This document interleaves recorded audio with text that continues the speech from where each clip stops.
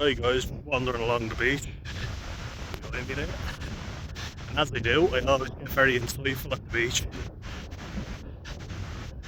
Now, one thing I was thinking about, which I think really interests me,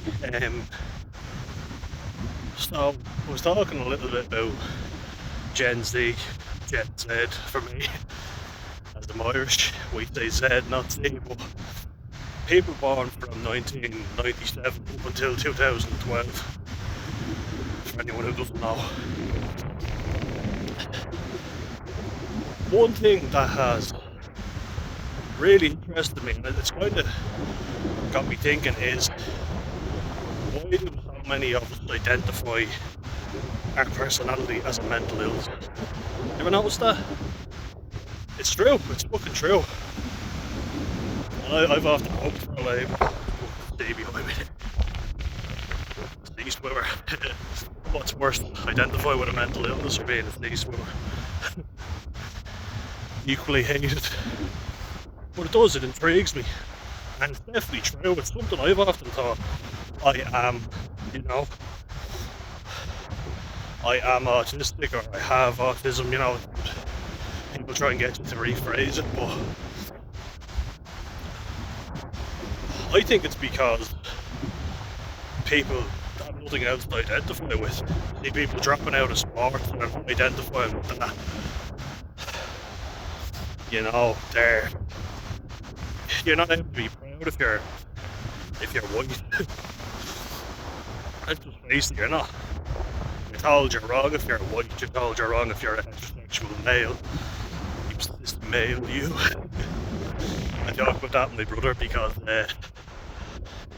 he's gay, but he often doesn't identify with the whole, pronoun thing. Look, each to their own. If you don't treat me like shit and rip my throat out just because I mispronoun you. It's not even how you say it, but having a mental illness be your identity, I think it's mad, isn't it? It is madness. But I think it's because there's such a lack of identity. You're not allowed to be proud of who you are if you're a certain way. I often get so relaxed after these swims I can't think, but I do think this warrants further investigation. Like, I didn't know what the hell I was allowed to identify with and what I wasn't, you know what I mean?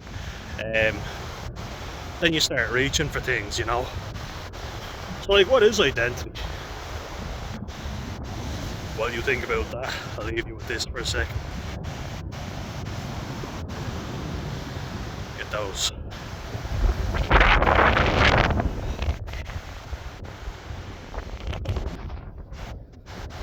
Get the creative juices flowing. Well, like, if I speak to... So I was just thinking there, biding myself some time. My dad would identify, and he'd be considered a Gen Xer, if I'm not mistaken. I think boomers they're born from 1948 to 1965. Yeah. So then he would be a Gen Xer. And he would identify that he's an electrician. So his career, your career is something it's important. It's part of identity for you.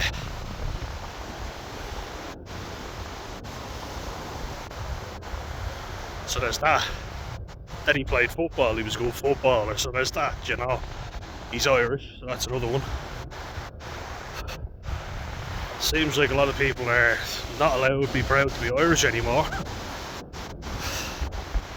People have gone as far, and this is Irish people saying it, flying the tricolour is wrong, it's racist, it's not inclusive.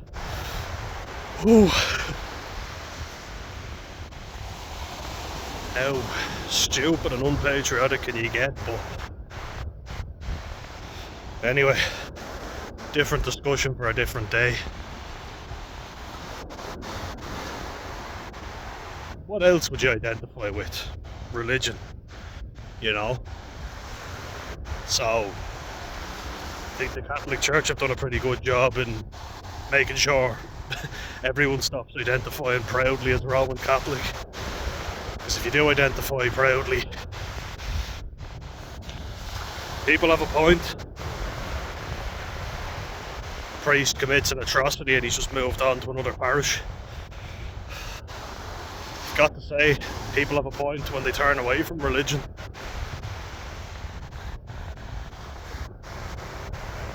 So let's look at it, you know.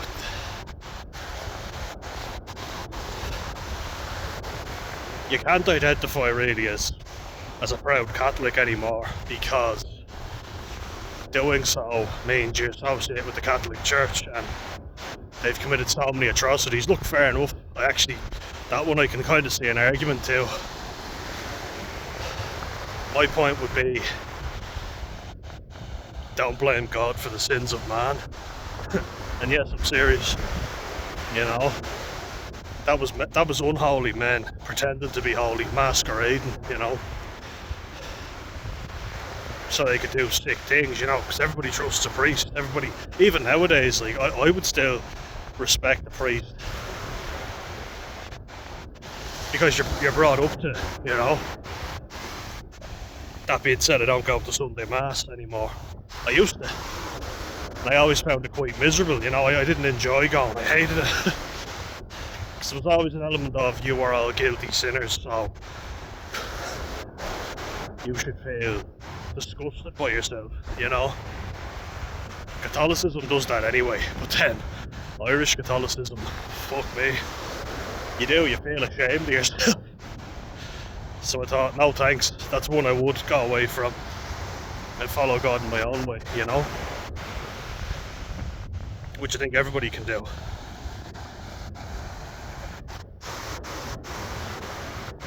Then what else is identity? It seems like if you say you're proud to be Irish or you're proud to be European of any kind, you're automatically a racist. So you can't say that either. But it's an attitude thing, you know.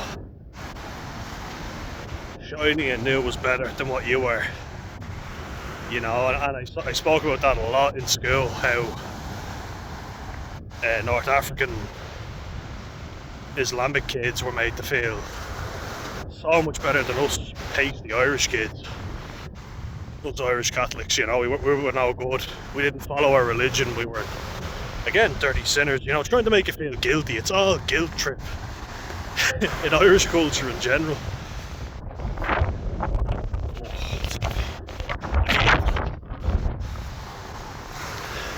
Hope you can hear me.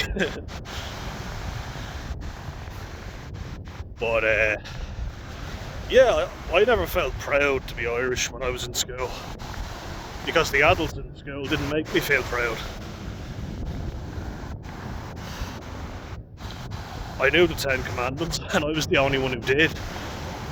And so the teachers were there saying, oh, you're all thick, you know, you should know that off by heart. Why? It's never been taught to us properly, clearly.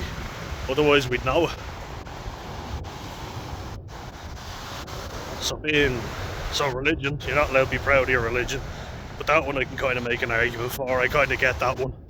Especially in Ireland, because so many people will associate the Catholic Church with oppression and guilt tripping, and I get that. I get that completely.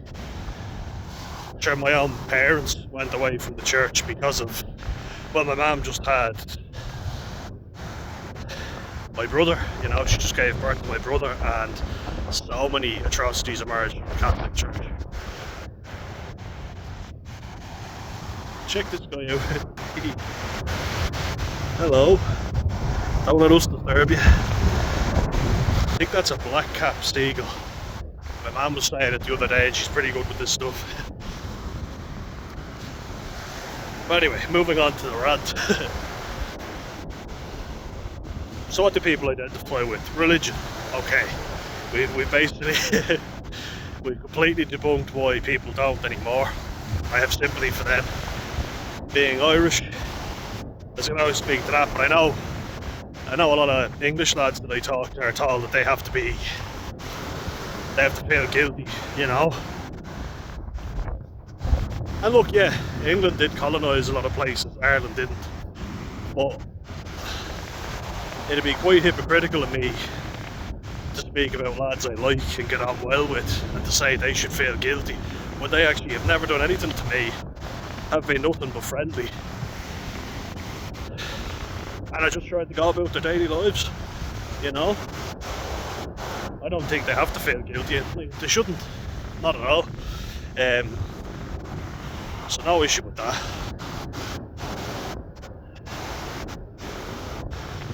Just gonna turn around. Seagull taking off. But it's definitely different, you know. If you're English and you're Irish, there's a different way, you know, because we can argue, yeah, well, we never colonised anywhere. But then again, you know, if someone personally never colonised anywhere, I don't think it's fair to hold them accountable. I don't think so. I don't think it's unfair, but you form your own opinion. Job, you know, job would be something where you identify with. Job. A lot of people nowadays are struggling to find careers that they're satisfied in. A lot of people, including myself. Hello. Because what do people ask you? What do you do? And if you say you work for minimum wage, you know, you're working in a McDonald's but you have a college degree, people judge. And I mean, we all do. I have to admit, I do. I might be pleasant about it and say, oh, you know, well, you'll find the thing for you. And I mean, I think that's true as well, you know, but without even wanting to, you judge, don't you? You just do it, you know. So there's that. People can't find a job that makes them feel satisfied. And I agree with the whole thing of you have to work your arse off to get there. 100%, you know, I do. You're not just going to get the career of your dreams handed to you. You know, some people do, yeah. And they like to act like they work really hard for it when really it just landed on their doorstep. Now, this is going to make me seem very cold and bitter, I understand this. But, you know, I mean, I get on well with my little cousin, I really like him. But, you know, he went to a private school, he dropped out of college. And he's finding his feet, look, completely understand that. No hassle there. He got a bad injury playing rugby, he was a good rugby player, I understand that completely. But he ended up working in a pharmaceutical company, you know, because he was working in Dunn Stores. And the guy who he was working with, his dad, knew somebody in this pharmaceutical company. He's no background in science whatsoever. He dropped out of a business course. And he's doing a job that I would want to be doing. So it's kind of hard, you know, not to be a bit bitter and kind of go, look, I worked my arse off for a science degree. But someone without a science degree is getting a job that I would take in a heartbeat just to get my foot in the door. You know, I'm not a snob, I'll take what I can get. It's in a very accessible location, unlike the last job I took. So I'm a bit pissed off, of course. Kind of like, for fuck's sake, and here's me applying for job left, right and centre, and I have the relevant experience, and it just proves it's who you know, not what you know. So that's disheartening for a lot of people, for sure. 100%, 100%. You kind of feel like you work your arse off for a degree, but what does it actually get you? Nada, by the looks of it. And you know, it is annoying, because I wasn't someone who was naturally gifted at studying, but I knuckled down, you know. I understood that you had to put in the hard work. Don't expect the results if you're not willing to put in the work. I go to jobs fairs that nobody else goes to. And it's basically, oh well, everyone has your experience, what sets you apart? And then you hear that your cousin who's younger than you, who was dropped out of college in a course that's not even relevant to the position. And you're just like, what did I bother my arse to work so hard for? And you know, he'd kind of built up a few more connections than me, because my uncle would be a lot more extroverted, and so would his wife. They'd be a lot more extroverted and know a lot more people. My mum and dad. Here's something that I'm going to say that might make me seem a little ungrateful, but my brother will definitely agree with me on this. My dad used to get me the worst jobs possible on sites. Literally, I've spoken about this before, but picking up pissy overalls, Monster cans, cigarette butts, Red Bull cans as well, you know, and say, I had to pull a lot of strings to get you this job, so don't make me look bad. He was always licking arse, you know, licking arse of his bosses, and wanted to prove that his sons were no slouches. We weren't, you know. My brother'd be a lot better at saying, I'm not doing this, I fucking hate this. With me, I would feel an obligation to knuckle down, because I'd have my dad in my ear going, don't make me look bad, you know, don't quit. Even though I fucking hated the job, I was spoken to like shit. But I thought, knuckle down, it'll stand to you. Don't think it really has. Someone who fully got into the whole mindset of just work your arse off and everything will sort itself out afterwards. 100% believe that. I think I was fucking way off. From what I've seen, it's not how hard you work. You know, it's your personality. It's who you know.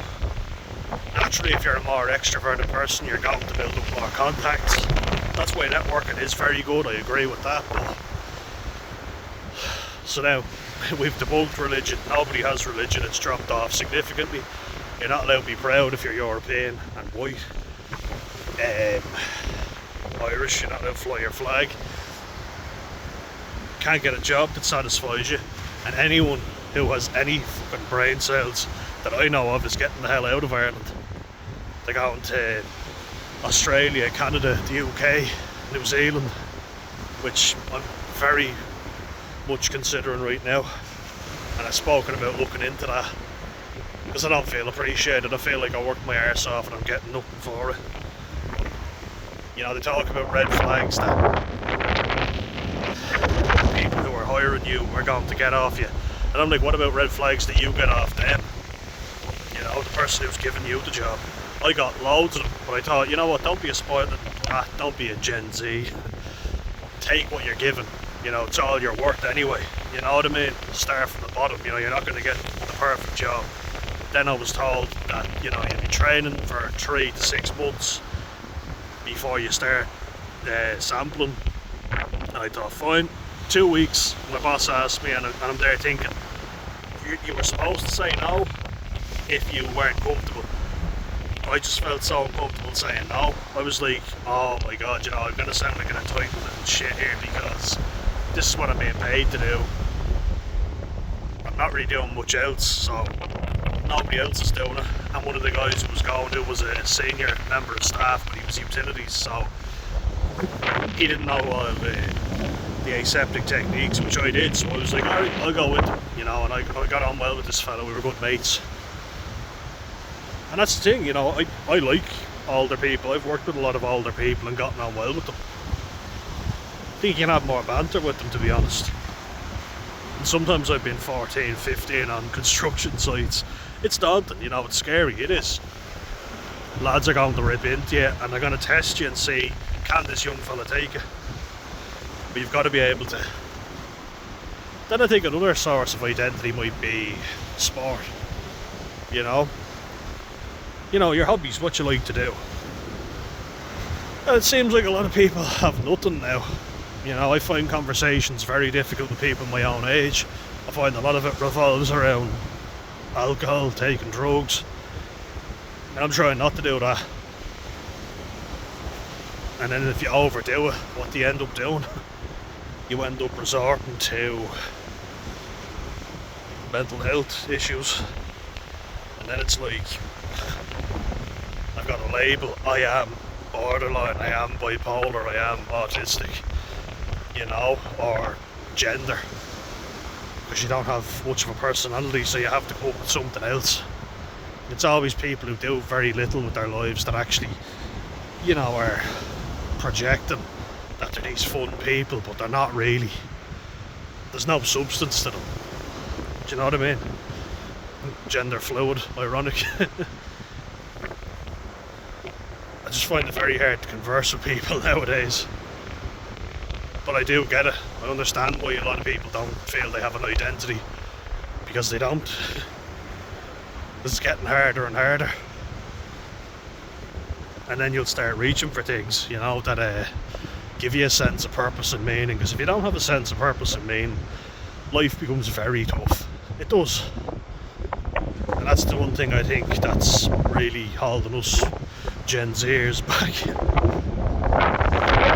is our lack of identity.